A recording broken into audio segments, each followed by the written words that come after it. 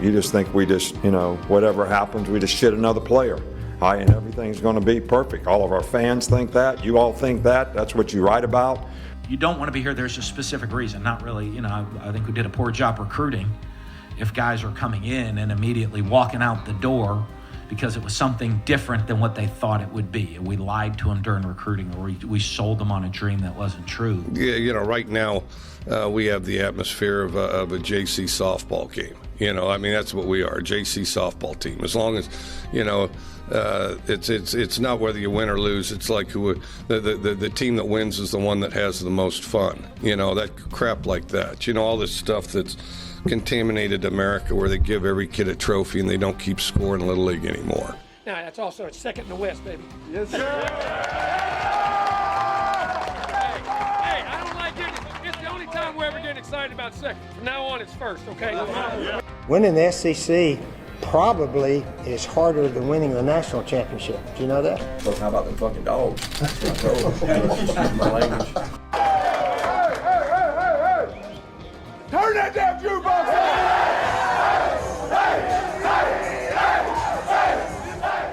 Hey, buddy, this beer's for you, Mike, and Cousin Shane. That SEC podcast loves the Pirate, and the Pirate loves that SEC podcast. Hail State. Welcome in to the latest episode of that SEC podcast. I'm your host, Michael Bratton. I go by SEC Mike on Twitter. And again, flying solo, but don't worry, I got a great guest lined up. It's going to add some great conversation on this podcast. I got my buddy Jake Wimberly of ESPN 105.9 out of the state of Mississippi. One of the best out there, and he also has his own college football site, the CFB Hourglass. So go check that out. Follow Jake at Jake Wim on Twitter. But before we get to that, got to give you guys the latest Texas-Oklahoma news. But even before that, 5-star quarterback Arch Manning. We've avoided talking about him. He's still got 2 years of high school. Trying not to get caught in all the hype. Let this kid live his life. But old Arch Manning, if you missed it, surprise commitment here. The 5-star from Louisiana has announced his college commitment. Here I am with Arch Manning. He's fixing to let us know where he decided to go to school. Arch, what does it look like in 2 years? I think I've decided I'm 100% going to Mississippi State. All right, okay, of course, that's a joke. That was really put out there. Arch Manning did not commit. Again, I'll say again, definitely did not commit to Mississippi State. And now's a great time to share, again, as I keep plugging the YouTube. If you're watching on YouTube, you get to see that he's smiling when he said it. And even better, the only reason I even brought this up, because old Eli Manning, Peyton's the jokester in the family, but Eli's not far behind. He shared a great tweet. He's the one that tweeted this video out there. Here's what old Eli had to say. This is the definition of fake news.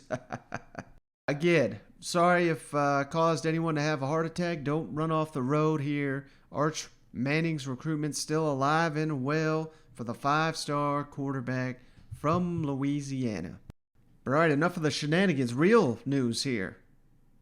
On Tuesday, Texas, Oklahoma. This expansion is happening so rapidly.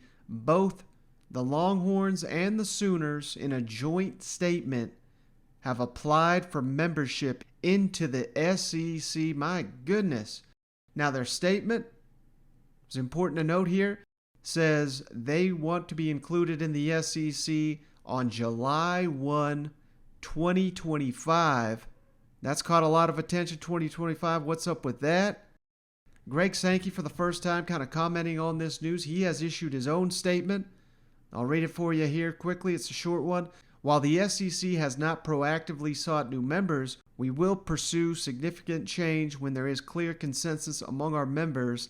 In Sankey's statement here, he notes the SEC did not seek out new members. They're going to vote on it here this week on Thursday. They only need 11 of the 14 members to include Texas and Oklahoma. And again, that vote's coming on Thursday. It's going to be 14-0. Texas and Oklahoma will officially be not in the SEC, I guess you could say, but on their way to the SEC officially by Thursday, Friday at the latest. Now, go back to that 2025, why that's important. Don't freak out with that. It's not going to take 4 years to get Texas and Oklahoma playing SEC football. They're going to be in a lot sooner than that. The key point there in Sankey's statement, they did not pursue Texas and Oklahoma, and this all goes back to contracts. Texas and Oklahoma are going to get out of their contract with the Big 12, but if the SEC's out here publicly acknowledging that they pursued them, they're essentially stealing the Big 12's top two programs, and Texas and Oklahoma, until their lawyers figure out a way out of their deal or find a way to come to an agreement, whether it's the number's been floated out there, $76 million per school. Hell, even if that's the figure, Texas and Oklahoma will pay that because they're going to make a boatload of money in the SEC once they get into the league. And here's the key. I know some people will think, why would the Big 12 and it's not, you're not necessarily letting Texas and Oklahoma walk out the door because you're going to be getting paid handsomely for it. But here's the real deal. And we'll get to these interesting comments here from Dan Patrick on Tuesday, but there's so much movement behind the scenes. If the Big 12 is going to hold firm to Texas and Oklahoma till 2025, they are essentially saying the rest of college football move on without us. Because they know Texas and Oklahoma are leaving, they might as well get their money, and if they sit on their hands and don't actively pursue all these other schools, they're going to get left behind. The Big Ten, the Pac-12, the ACC, they're all planning their moves right now. It's a game of chicken, who moves first, and the Big 12 simply cannot afford to sit on its hands for 4 years. Hell, they may not exist at all, but if they don't make moves, they're for sure gone. So don't get tripped up by that 2025 date. Texas and Oklahoma, we don't know when it'll be.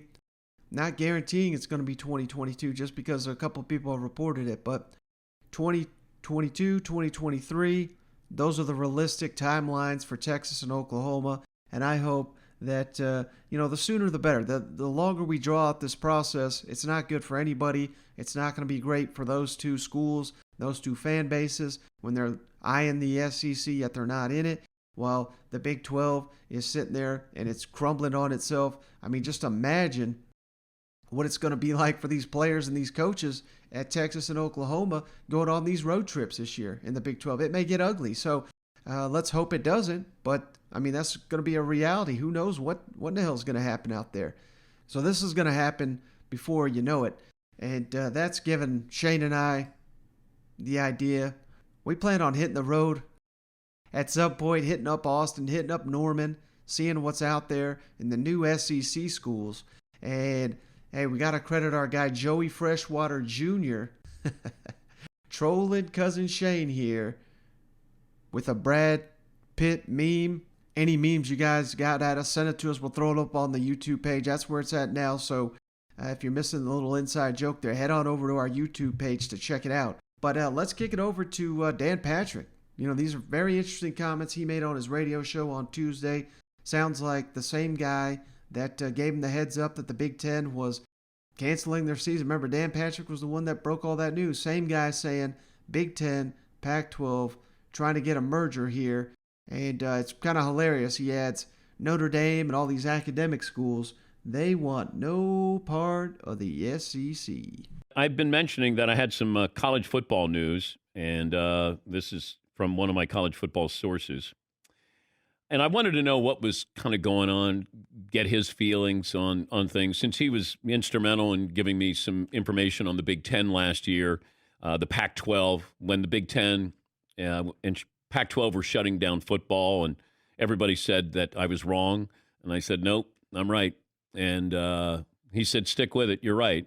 And he gave me some information here. He said, there's a good chance the Big Ten and Pac-12 will try to create some type of merger to preserve their Rose Bowl contract. Notre Dame, he believes, is meeting on Wednesday to discuss what they're going to do. That the ACC seems like it makes sense, but that Notre Dame wouldn't join the ACC if these teams merge with the SEC. And then my source said, the dilemma right now is academic schools want nothing to do with the SEC. Virginia, North Carolina, Wake Forest, Duke, and Georgia Tech want nothing to do with the SEC because of the academics. Well, the good news is the SEC does not want those nerds anyway. So it all worked out. I mean, that's like the hot girl in school.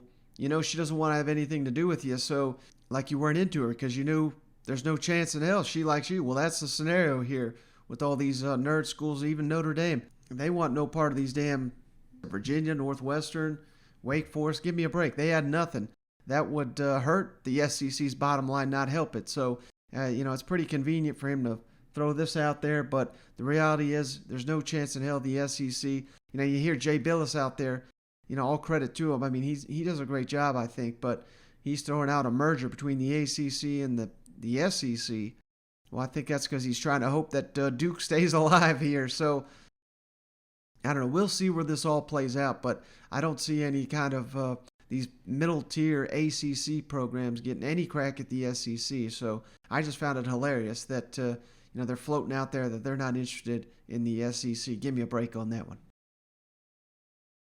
All right, so now let's kick it over to our interview. My buddy Jake Wimberly, host of the Afternoon Drive on ESPN 105.9 out of the state of Mississippi, talking the big topics here in the SEC and how it's going to affect Ole Miss and Mississippi State. So I think you guys are really going to like this one. Well, we're pleased now to be joined by Jake Wimberly, the best radio host out of the state of Mississippi. He's the host of the Afternoon Drive from 3 to 6 on ESPN Radio 105.9. And you got to give him a follow on Twitter at Jake Wim. How you doing, Jake? Michael, doing good, my man. I appreciate you having me on. It's exciting times in the Southeastern Conference. Yeah, how about it, man? I mean, so what's your overall reaction when you heard the news, Texas and Oklahoma? I mean, it's all but a done deal at this point, but what's your take on this huge expansion news? Well, like everybody else, when the whole news broke at SEC Media Days and the news hit the Houston Chronicle, I think I was taken back like everybody else, wondering was it real? And then, we realized pretty quickly that it was real. And after looking back over everything and kind of re-examining the week that was, I really believe, and then finding out, by the way, that Oklahoma and Texas, this kind of thing had been in the hopper for, since December, a little over 6 months. I felt like that the entire week was planned to drive it this way. When you look at Greg Sankey's comments, and I'm paraphrasing his opening comments, so statements about reform and doing things differently and having to, kind of rethink the way the NCAA was doing things. And then you look at the announcement out of the Houston Chronicle, and then you get into the SEC Network dropping an infograph on 14 pod and schedule information, which I felt was really odd coming off the television network of the conference. I felt like that might have come out of the conference office maybe. And then you look at Peter Burns talking about imagining, a different Saturday like the NFL where, you had a television deal that could drive more traffic. And so, Michael, it seems like, while we looked at it and we felt like at some point conference expansion was going to happen and the super conference, it looks like this may be an even bigger deal than even just a super conference. It looks like the SEC is here to not only, again, dominate college sports, but to take over and to make this thing look a total transformation of college football. Now, do you think this is the beginning of the end for the NCAA? And we're looking at, of course, the SEC, I guess we're going to call it a super conference now, but do you think there'll be other super conferences that are formed? You would have to think that it is the beginning of the end of the NCAA. Now, I don't know what that means for Division II, for Division III, the NAIA, and conferences of, teams of those statures. But yeah, I would have to think, Jay Billis made a comment this week that he felt like the ACC should reach out to the SEC and, begin the conversations of a super conference. So you have to start wondering if you kind of reading the tea leaves. Of course, it's very interesting to have Oklahoma and Texas into the conference. And what does that mean for, Alabama and Georgia and then teams like Mississippi State and Ole Miss and Tennessee to play those games annually, to go to Austin, to go to, have an opportunity as fans to go to Norman, Oklahoma, a trip that most of us have never made. But then you start looking at, well, what if somebody like the ACC does reach out. And then you look at maybe possibly the Big Ten with their AAU affiliation, the university affiliation, the accreditation that they kind of hang their hat on, plus their affiliation with the Rose Bowl and the Pac-12. Are we starting to see this thing shift into, I hate to say, an AFC, NFC line, kind of a lineup or formation, so to speak, but it sure looks like the wheels are starting to turn where you could possibly imagine, as Peter Burns, that's his words, not mine, a conference where you have the ACC and the SEC on one side, possibly the Big Ten and the Pac-12 and some, form or fashion on the other side. And it's an AFC, NFC type deal where you play in the college football playoff and then your Super Bowl is the college football playoff championship. Now, what do you think this expansion does for the two schools in your state there, Ole Miss and Mississippi State?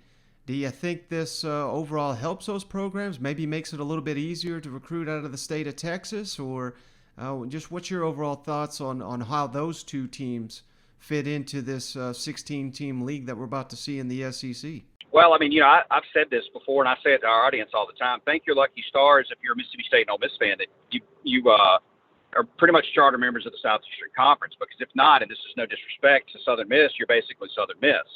But Mississippi State and Ole Miss are obviously in the SEC. Now, from the football standpoint, it does somewhat vary Mississippi State and Ole Miss at another level, so to speak, because they don't recruit at the same level as Texas or Oklahoma. Doesn't mean they can't be competitive. I think if you matched Oklahoma up with State and Ole Miss this year, that would be pretty much like playing Alabama. Now, Texas would be more in play. I know we've talked before on your show about the Arkansas game coming up. That's going to be fun. Arkansas, I think, was a legitimate chance to beat Texas. I think State and Ole Miss could be competitive in those games. Ole Miss very well could beat Texas this year. But on a given year, I think football-wise, it buries them a level deeper. But on other sports, I mean, for instance, Mississippi State just won the national championship in baseball, again, and played Texas 3 times in the College World Series. So, I think they can be competitive with Texas and Oklahoma on most sports, but football, until they recruit at a higher level, I think it drops Mississippi State even another tier, and Ole Miss possibly in the Southeastern Conference in football.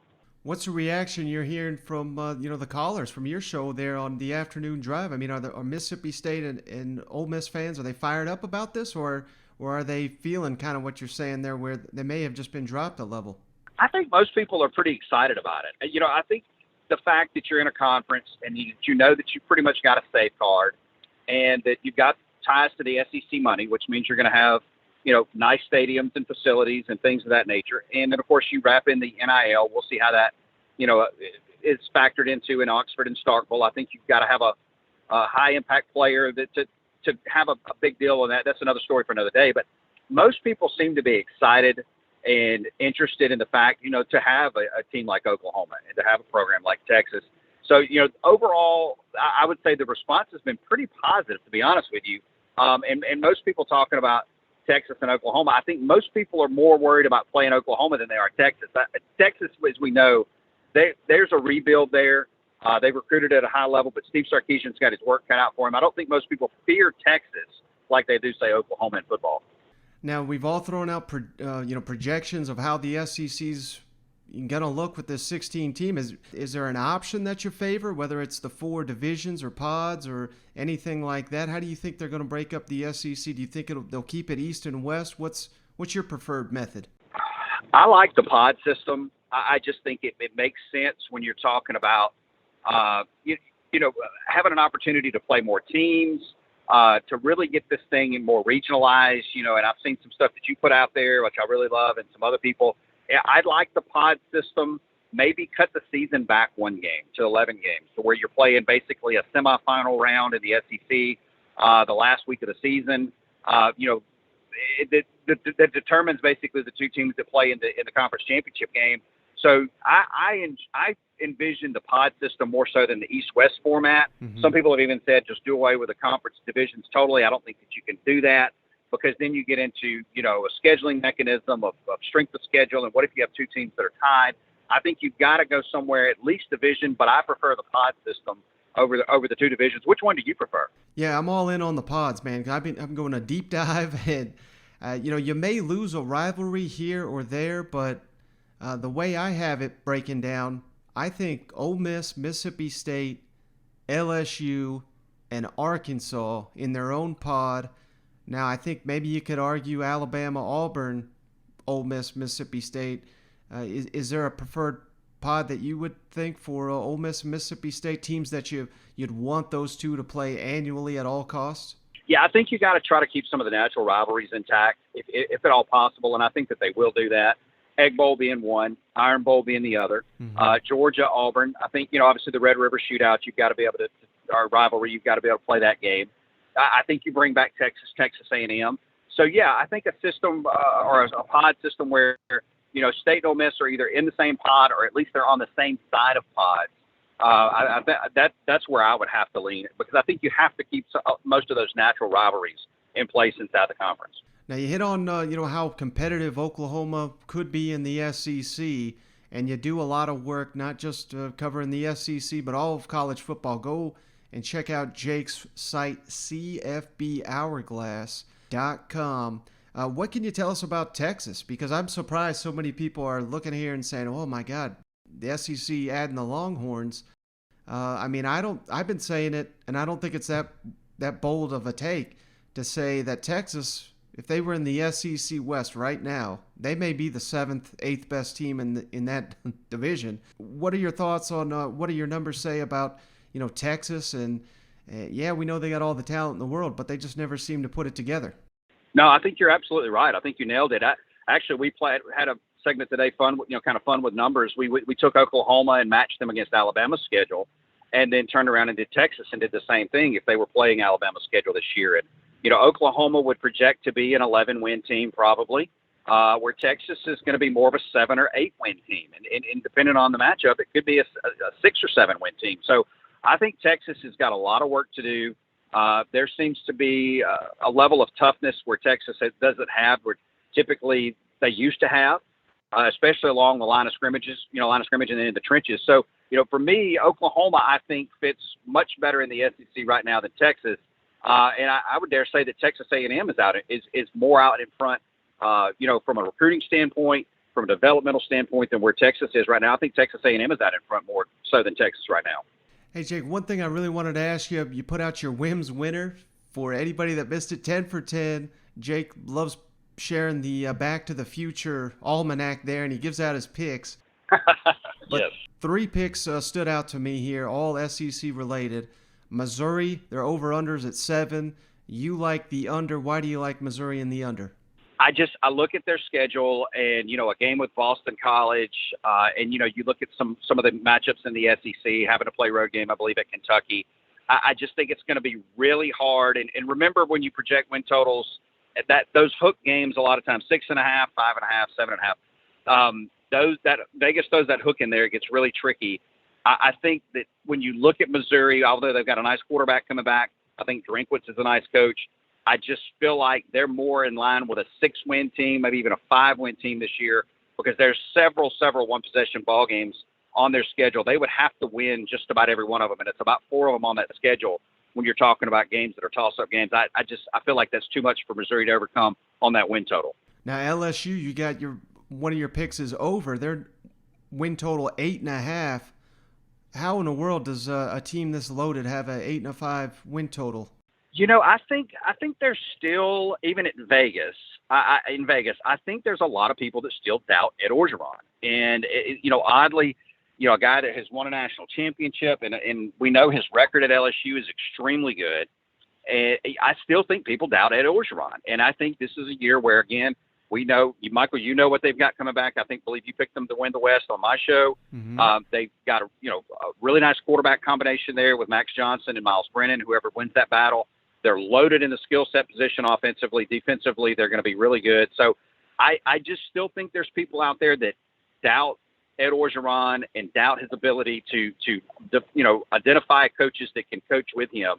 But I really like this team, and to me, that's a slam dunk going. And if they can stay healthy, I think LSU slam dunks 8.5 on the Vegas total. Mm-hmm. The last one here, Georgia, 10.5. That's a high number. You like the over, so do I. Why do you like the Bulldogs? And is this the year they finally, if they do face Alabama in that title game, is this the year they finally slay that demon? I think that it is that year. You look at Georgia, Kirby Smart finally got a quarterback. JT Daniels is a high-level player. You've got a tight end transfer in from LSU that should be eligible. That's going to be, pound for pound, an extremely hard matchup each and every week. Offensive front's going to be really good. This team is loaded. We know that. It's just the schedule sets up well. They're an underdog against Clemson week 1. I feel like the wrong team's favored in that game. Personally, if I was playing that game, I would even bet money line Georgia wins outright or take the points. So the schedule sets up after that to really have a big year. I like this team. I think Kirby Smart has learned from a lot of lessons over the years. We'll see if that does transpire. I've got Georgia winning the SEC. I've got them playing Oklahoma for the national championship this year. I like Georgia over 10.5. There you go. You just gained you some Bulldog followers. He's Jake Wimberly. Give him a follow at Jake Wim. And check out the Afternoon Drive, ESPN Radio 105.9. I really appreciate you, Jake. Thanks for joining the show. Michael, thanks so much. We'll talk soon. I appreciate it. All right, so just want to thank Jake once again for hopping on the line and providing some conversation here, so it's not just me here talking to myself and laughing at my own jokes. So really appreciate you, Jake, for hopping on the line. And again, you can give him a follow at Jake Wim. He does a ton of great content, not only on his website, CFB Hourglass, but on Twitter and on the radio. He's a must-follow for all SEC fans. But hey, that's going to do it for this episode of the show. Appreciate each and every one of you hanging out. And hey, if you made it this far, of course, don't forget, give us that 5-star written review. We'll send you a beer koozie free of charge just for doing that. Just send those reviews on over to thatsecpodcast@gmail.com. And again, don't forget to check us out on YouTube. That thing's blowing up. We are doing about 100,000 views per month at the current rate, and we're going to video soon, so hopefully you guys will not be stunned at what we look like, but hey, it's coming, so be prepared. We're prepared. We're setting up. We're getting ready, getting helmets in the mail. My little pod studio here, I'm very excited to share that when that's done. I think you guys are really going to get a kick out of it. So again, appreciate each and every one of you. Catch you on the next one.